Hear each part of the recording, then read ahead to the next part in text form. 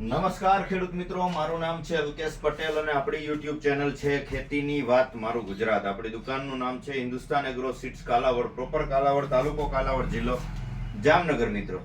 મિત્રો આજરોજ તારીખ થઈ છે 26 ડિસેમ્બર 26/12/2024. તો આજે આપણે વાત કરવાના છીએ કે જીરાના પાકમાં, ત્યારબાદ ચણાના પાકમાં અને અમુક અંશે જે છે ધાણાના પાકની અંદર જાંબુડિયાના પ્રશ્નો જોવા મળી રહ્યા છે. તો આ શેના કારણે આવે છે, શું એનું કારણ હોઈ શકે અને શું એનું નિરાકરણ કરવું, એના વિશે આજે આપણે થોડીક ચર્ચા કરશું મિત્રો. તો સર્વપ્રથમ મિત્રો વાત કરીએ આપણે કે જાંબુડિયો આવવાનું કારણ શું હોય છે, બરાબર છે.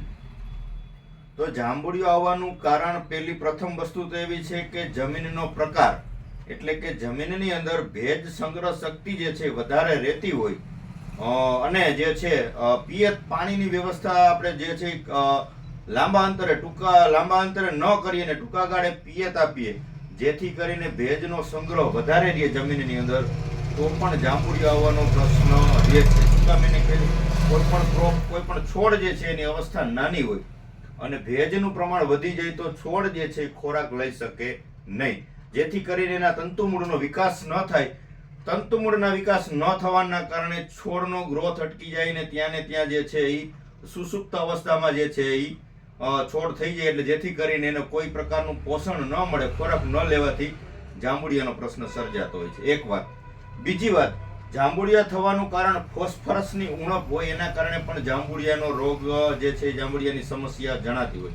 આપણે પાયા ખાતરની અંદર ડીએપી ન વાપરવું હોય અથવા આપણી જમીનની અંદર ફોસ્ફરસ ઘટતું હોય, આપણે લેબ કરાવીએ તો આપણને ખબર પડે કે આપણી જમીનમાં શું ઘટે છે. તો ફોસ્ફરસ ઘટતું હોય તો પણ જે છે જાંબુડિયાની સમસ્યા જણાય.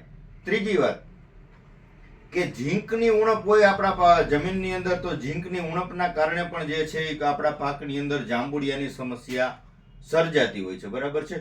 તો હવે આપણે શું કરવાનું છે, આપણા હાથની વાત એટલી છે માત્ર મિત્રો કે ભેજ સંગ્રહ શક્તિ વધારે હોય એવી જમીન હોય તો એની અંદર તમારે પિયત જે છે લાંબા ગાળે આપવું. ભલે તમારો પાક મોટો થઈ ગયો હોય ચણા, એવું નથી કે ભાઈ નાના ચણા છે, નાનું જીરું છે તો આપણે પિયત રેગ્યુલર આપીએ તો ચાલે. ભેજ વધારે રહેતો હોય, જમીન એ પ્રકારની હોય તો જે છે તમારે પિયતનો ગાળો જે છે લાંબો કરી દેવો. ખાસ કરીને ઠંડીનો સમયગાળો ચાલે છે એટલો ટાઈમ માટે. પછી જે છે ટેમ્પરેચર વધી જાય, તાપમાન વધી જાય અને ભેજ જે છે એ તાપમાનના કારણે ઉડી જતો હોય ત્યારે તમે પિયત આપશો તો કોઈ નુકસાની થશે નહીં.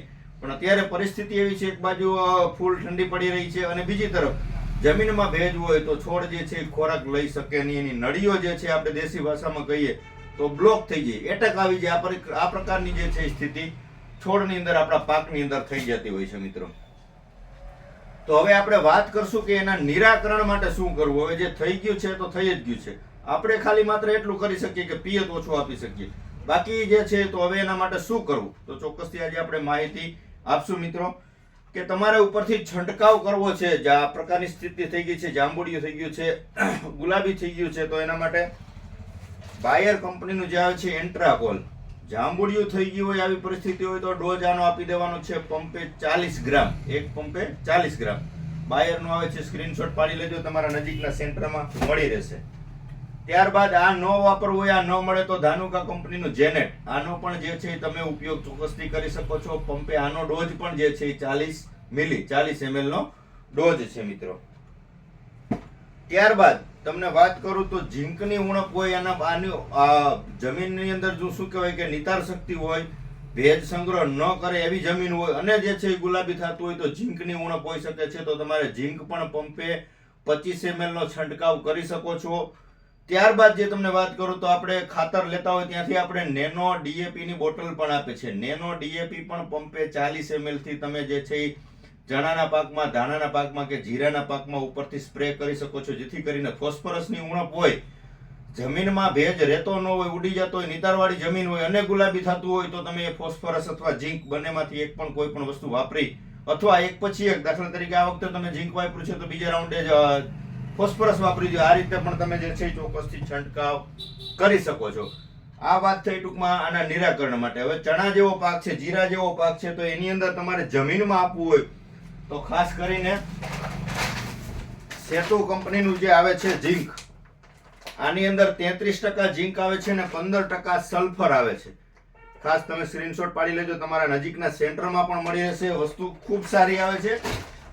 33% ઝીંક ને 15% સલ્ફર. તો આનો ડોઝ શું હોય છે? તો 1 વીઘાની અંદર જે છે એ 1 કિલોથી લગાડીને 1.5 કિલો જેટલું આનું પ્રમાણ હોય છે. 10 કિલોની બેગ આવે છે.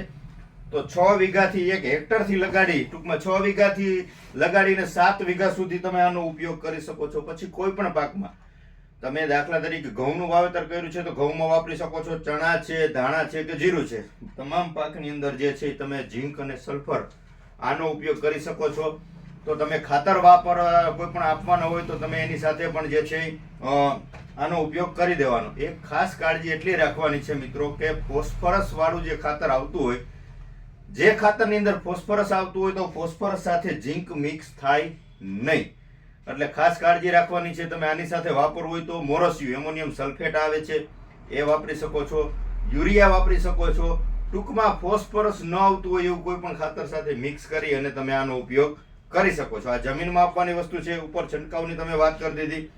તો છંટકાવમાં મેં તમને 2-3 પ્રોડક્ટ બતાવી તો આનો કોઈ પણ માંથી એક વસ્તુનો તમે છંટકાવ કરી અને આ જાંબુડિયાનો જે પ્રશ્ન છે એમાંથી તમે ચોક્કસથી નિરાકરણ લાવી શકો છો. રજા આપશો મને. જય જવાન, જય કિસાન.